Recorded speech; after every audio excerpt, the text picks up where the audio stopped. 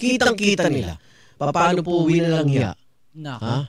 Ditong payboard company, malapit kay dating Pangulong Duterte, habang tayo nagkakasakit, habang namamatay yung iba sa COVID-19 virus, sila huy nagpasasa sa milyong piso, daang milyong pisong pondo. Itong Parmali, maliit ang kapital, nakakuha ng malaking pondo mula po sa DBMPS. At anong naging resulta ng inyong naging investigasyon, Senator? It would never have happened kung walang talagang pasimuno. At ang pasimuno ay si President Duterte. Siya nag-utos, siya nag-appoint, siya nag-protection, siya nananakot sa Senado nung iniimbestiga yan. At siya nagpalipat ng pera kay Duque. Merong admissions lahat yan. And he himself said, ako ang nag-utos yan, at lahat yan, ako ang nag-utos kay Duque. Nung nandito kami, ginanong ko, I wanted that immediately, sabi na gano'n. At namin niya, kaibigan niya si Michael Yang. Alamin niya, nakasama niya palagi sa China, kaya pumihit ang Pilipinas sa China. Talagang nagamit siya talaga si Michael Yang.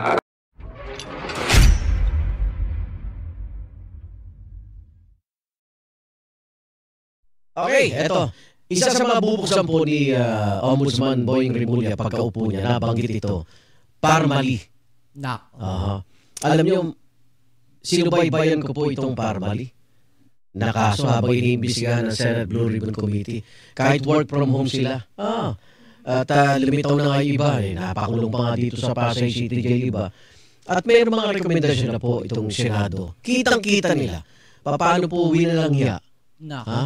Ditong payboard company, malapit kay dating Pangulong Duterte, habang tayo nagkakasakit, habang namamatay yung iba sa COVID-19 virus, sila huy nagpasasa sa milyong piso, daang milyong pisong pondo, nilipat pa ho yan ha? Eto, alamin na po natin. Makausap natin ang dating chairperson ng Senate Blue Ribbon Committee, dating Senator Richard D. Gordon. Senator Gordon, Igan, magandang umaga po. Igan, long time no see. Good morning. Good morning. Alam niyo naman nung araw na yan na iniimbestiga mo, ako'y galit na galit. At nagkausap na po ba kayo ni Ombudsman at Rimulya dahil bukas na po siya balikan itong kasong ito? Yes, nagkausap na kami. At inaanya nga ako doon sa Ombudsman and talagang masugid si Ombudsman ngayon. Nakakagalak ng puso. Sabagat talagang mukhang hindi niya papalusutin lahat ng katiwalian na nangyayari sa gobyerno. And we support him very much. Briefly lang ko doon sa ibang nakalimot na. No? Diba? Kaya takot na takot sila na si Rimulya ang uupo, mga babayan. Bilang ombudsman. Kaya parang pilit nilang hinaharang, mga babayan. Kasi ganito nga mangyayari. Diba? Maraming mabubuksan Maraming mabubunyag. Diba? Itong Parmali, maliit ang kapital, nakakuha ng malaking pondo mula po sa DBMPS. At anong naging resulta ng inyong naging investigasyon, Senator? It would never have happened kung walang talagang pasimuno. At ang pasimuno ay si President Duterte. Ang pasimuno daw ay ang dating Pangulong Duterte. Balikan natin yan. Balikan natin yung sinabi DBMPS. At itong Parmali, maliit ang kapital, nakakuha ng malaking pondo mula po sa DBMPS. At anong naging resulta ng inyong naging investigasyon, Senator? It would never have happened kung walang talagang pasimuno. At ang pasimuno ay si President Duterte. Siya nag-utos, siya nag-appoint, siya nag-protection, siya nananakot sa Senado nung iniimbestiga yan. At siya nagpalipat ng pera kay Duque. Merong admissions lahat yan. And he himself said, ako ang nag-utos yan, at lahat yan, ako ang nag-utos kay Duque. Nung nandito kami, ginanong ko, I wanted that immediately, sabi na gano'n. At namin niya, kaibigan niya si Michael Yang. Alamin niya, nakasama niya palagi sa China, kaya pumihit ang Pilipinas sa China. Talagang nagamit siya talaga Michael Yang. At masakit. Grabe, Michael Yang, lumutang na naman yung pangalan na yan. Diba? Konektado rin yan, mga kababayan. Doon sa war on drugs. Diba? Lumulutang din yung pangalan na yan, Michael Yang, mga babayan. So, dito sa Parmali, lumutang din. No, yung pangalang Michael Yang. Kaya ang linaw-linaw naman. Tama yung sinabi mo, Igan. 625,000 ang makukuha. 47 billion, anaabot pa lang natin, 11 billion. Ano ba naman yan? Walang legal, technical, and financial capability na matanggap yan. Huli-huli, kahit sabihin mo, kahit ako po na sabihin legal, technical, and financial, tatry mo lang, kaya mo bang bumili ng mga binisila, kaya mo isupply yan sa 625,000? Huli agad, doon pa lang eh. Pwede na, hiliin ka agad eh. Pero, sa kabila ng inyong investigation ba at rekomendasyon, may nahuli ba, may nakulong ba? Alam ko na may mga nakontempt, pero nakalaya na rin nang natapos na yung Senado eh. Yes, ang problema talaga, pagka nakaupo yung hari, lalo na yung natatakot ang tao dahil marami na mamatay noon, natatakot talaga ang lumabas. Pero ang Senado, pati kami sinasabi, huwag kayo makinig sa Senado. Lahat yan, si Gordon, si Lacson, huwag kayo makinig sa para yung bira ng araw. Pero kaya nga lumabang kami. Then, ang co-equal branch ng gobyerno, ang legislatura, ang Senado, ay hindi mo pwedeng intimidate. Kaya nalabanan namin talaga. At ang investigation ng Senado, umabot ba talaga kay dating Pangulong Duterte, Senator? Yes. Ang una ko sinasabi, the crime would never have happened without an enabler. Ang enabler, si Rodrigo Duterte. Grabe, bagsak pa rin sa kanya yung turo, mga kababayan, no? Dito po sa usapin ng korupsyon pagdating sa DPWH, umaabot din po sa kanya. Sa war on drugs, umaabot din sa kanya, mga babayan, no? So, dito sa Parmali, umabot din kay dating Pangulong Duterte. Diba? So, yun yung sinasabi po dito. Simula yan sa pagkakaibigan niya kay Michael Yang, nagsimula yan na in-appoint lahat yung mga tao doon, yung meeting process, pinabilis, wala nagbabantay, nakaposisyon yung mga tao niya, sila Lau, sila Leong, at lahat yan, tatlo yan eh. Pero isa, in-appoint niya, muntik pa nga ma-appoint si Lau na ombudsman. Opo. Parang mga Chinese yung mga pangalan, grabe naman. Opo. At pagkatapos, hanggang dulo na, bibilis ako na. Hanggang dulo, tumakas sila Dargani. Sa tumakbo, sa Davao. May chartered aircraft, at pinalabas. Illegal use of aliens pa, pangalan niya, Mohit Dargani. Ang ginawa niya ng pangalan ay Morris Daniel. MD. Dapat doon pala sa pagpalabas pala, nagtanong na, ikaw ba yan?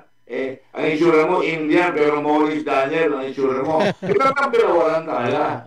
Kaya hinintay namin makalabas. Magaling niya sa akin tapos namin. Pag yung muna huli sa loob, paglabas na huliin nyo, dahil napalabas na, nakatunayan na, nagkunjaba na doon sa airport, nakalabas na.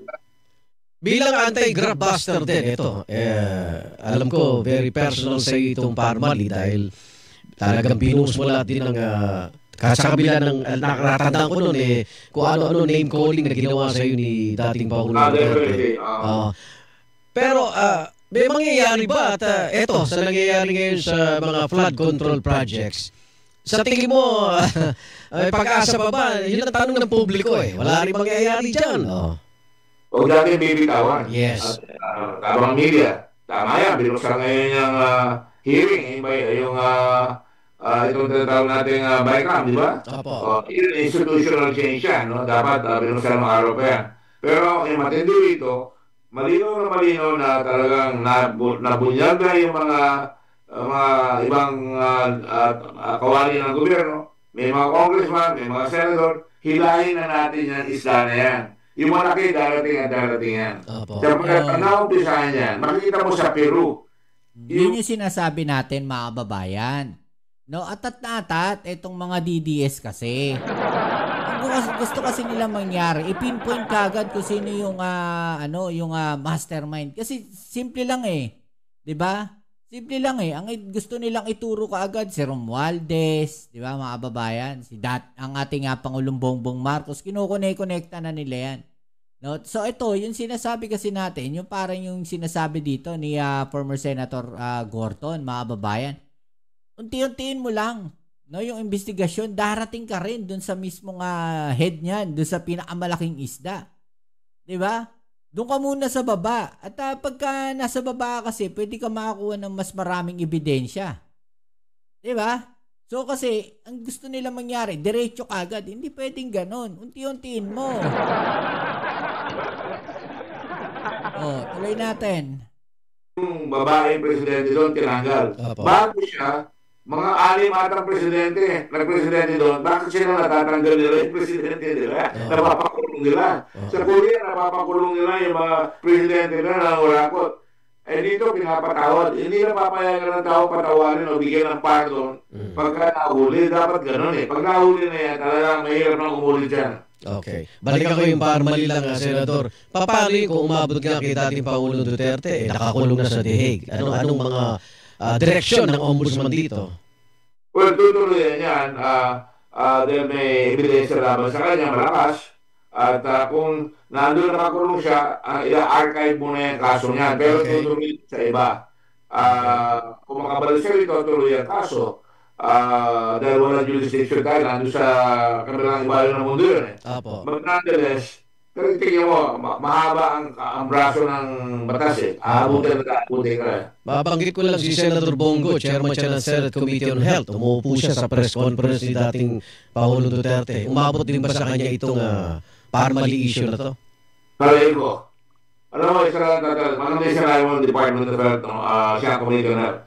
Una-una, bakit ibibigay sa PSDBM na dapat ang binibili niya mga paperclip, mga papel, mga notebook? Ibibigay mo yung maseseller na kailangan during a pandemic. The Department of Health is the primary agency that is involved in the jurisdiction of health. Bakit ibibigay mo? Sa katunayan, unang linggo pa lang, namili kagad ng overpriced ang PSDBM, Silicon Ong, supply. Pero kasabay noon, namili rin ang DOH ng mga supply. Overpriced talaga yung binili kagad ni Lincoln Ong, no? Na binili ni Lincoln Ong. Mababa yung presyo ng Department of Health. Papatuloy na kaya nila. Mas lalong mababa yung binili namin sa Red Cross. Nandun rin yun. Kaya tuloy talaga. Ngayon, ang tinatanong mo, si Bongo ba, masasama dyan? Kasi ang sinasabi ng araw, wala ko sinasabi ba, lahat sila appointed yung galing sa Davao, yung mga kumampanya. Pagkatapos, in-appoint sila dito sa PSDBM. 3 magkakasama yan. Pati sila ganyan, sinasabi nila, meron kaming calling card sa office ni Secretary Bongo. At sa kanya, in fact, habang nag-iimbestiga yan, nasagkot pa sila doon sa tinatawag na HLURB, yung Housing and Urban Board, no? Pagkatapos, kahit na nasagot na siya, nilipat pa nila sa PSDBM. Talagang makita mo talaga, the hallmarks of the effort to commit this crime are all there. Nag-a-apply din sa ombudsman yun dati. Muntik na. Nag-resign siya. Kumbaga may escape clause sa Davao Airport, may escape clause rin sa ombudsman. Nung hindi siya ma-appoint, ang nilagay si Leong. Leong, no? Yun ang nilagay, deputy. Mabuti naman, kahit paano, yung ombudsman dati, pumalag. Sabi niya, paano kung ma-imbestiga ko ito? Unless number 2 ko, ba't hindi ako umagal? Umagal sa agad. Kaya hindi niya pinayagan makaupo yan. Okay. So, positibo naman po si Ombudsman Rimulya sa inyong naging pulong? I have no doubt that Congressman Rimulya or now the Ombudsman Rimulya will do his part. Because, alam mo, masyado mabigat itong kasalanan na ito. At alam ng tao, this is transformational moment. Hindi natin transaction eh. Kaya ito, binago, naku, masisira ang buong Pilipinas yan. Kailangan may makulong talaga at pagay ko may kukulong si Secretary Rimulya. Okay. Senador, salamat ulit. Kamusta ka na? Ingat. Okay, so yan mga kababayan, no? Siguro kaya takot na takot sila dito kay Rimulya. Kasi marami talaga mabubuksan at madadali talaga. Diba? So, ano masasabi po ninyo dyan, mga kababayan? I-comment sa ibaba ang inyong mga opinion at ating ang pag-usapan. Alright? So, yan muli. Maraming salamat sa lahat ng mga patuloy na kasuporta dito sa ating channel. Kita-its po tayo sa ating next video upload. Ito muli ang inyong Kuya Mobs, dito sa Mobs TV.